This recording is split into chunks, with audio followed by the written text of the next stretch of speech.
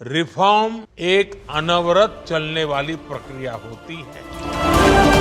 मैं जीएसटी 2.0 के so called scam के मुद्दे पर आऊं उससे पहले मेरे 2-3 सवाल हैं और ये वीडियो छोटे दुकानदारों के लिए बहुत खास होने वाला है। मेरा सवाल ये है, क्यों हमेशा सरकार की गलत इंप्लीमेंटेशन की चपेट में वो ही दुकानदार आते हैं जो रोजमर्रा की कमाई से सिर्फ जिंदा रहते हैं और उनके हाथ में ज्यादा कुछ नहीं होता सिवाय सरकार की ज्यादतियों के और बड़े होलसेलर और दुकानदारों की मनमानी झेलने के। मैं बात कर रहा हूँ जीएसटी 2.0 की और नॉन जीएसटी रजिस्टर्ड दुकानदारों की, जिनका कोई जीएसटी रजिस्ट्रेशन नहीं है। जनता का फायदा किया, अच्छी बात है और होना भी चाहिए, लेकिन साथ साथ में बिना जीएसटी वाले दुकानदारों का थोड़ा सा भी सोच लेते हैं तो ज्यादा अच्छा होता। बताता हूँ कैसे। ये अच्छी बात है कि सरकार जीएसटी कम होने पर दामों पर सीधी नजर रखेगी और कड़े एक्शन भी लेगी। इसके लिए सरकार ने एक लंबी चौड़ी लिस्ट भी दे दी जिन वस्तुओं के दाम कम होंगे। खाने पीने का सामान, दवाइयाँ, साबुन, ब्रश, पेस्ट, स्वास्थ्य और जीवन बीमा टैक्स फ्री होगी या फिर केवल 5% टैक्स देना होगा।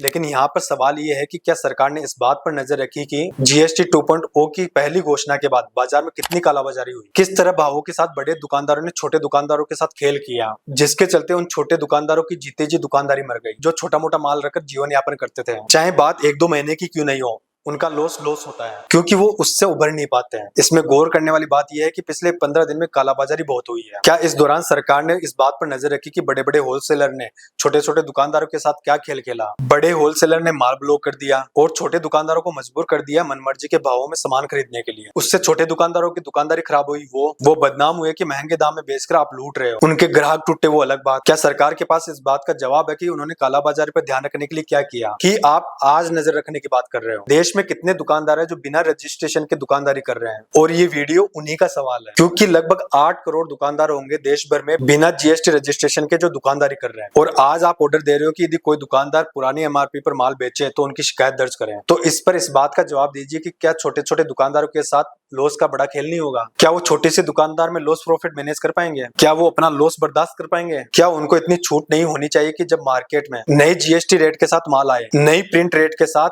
तो वो उसके हिसाब से माल बेच पाए? क्या इतना टाइम मार्जिन छोटे दुकानदारों को नहीं मिलना चाहिए था? इसको एक उदाहरण से समझते हैं। मान लीजिए एक सामान 1000 रुपए का आता है और उस पर जीएसटी 12% है, तो उसकी टोटल रेट हुई 1120 रुपए, जो एक छोटा दुकानदार खरीदता है। अब वो 5% मार्जिन के साथ बेचता है तो उसकी रेट होती है 1176 रुपए। अब वो 5% जीएसटी में आ गया रिवाइज होने के बाद, तो रेट हुई 1050 रुपए। वही 5% प्रॉफिट में बेचता है तो उसकी रेट हुई लगभग 1102 रुपए के आसपास। शायद इस सादा गणित के हिसाब से उस दुकानदार को उसकी आय रेट भी नहीं मिल रही है, मतलब प्रॉफिट जोड़ने के बाद भी लॉस। अब आप इसको अलग अलग जीएसटी रेट के साथ ट्राई कर सकते हो। ये ठीक सरकार की वैसी ही गलती है जो वन टाइम यूज पॉलिथीन के समय की गई थी कि छोटे छोटे दुकानदारों को पॉलिथीन का सही से ऑप्शन दिया ही नहीं गया था और चालान और सुधार का सारा ठेकरा उनके ही माथे पर फोड़ दिया गया था, जबकि वन टाइम पॉलिथीन मेकर पर कोई बड़ी कार्रवाई नहीं की गई थी। पुलिस वाले आते थे, चालान काट कर चले जाते थे या सीधे जेब में रुपए डाल लेते थे। और आज वन टाइम यूज पॉलिथीन का क्या हाल है हम सबको पता है। ठीक इंप्लीमेंटेशन की गलती E20 पेट्रोल के मामले में भी की जा रही है। इसके लिए भी जनता को तैयार होने का बिल्कुल भी मौका नहीं दिया गया। देश की आधी जनता को पता ही नहीं कि E20 पेट्रोल है क्या और इससे उनकी गाड़ियों को क्या नुकसान हो रहा है। जीएसटी के साथ ये 2 उदाहरण है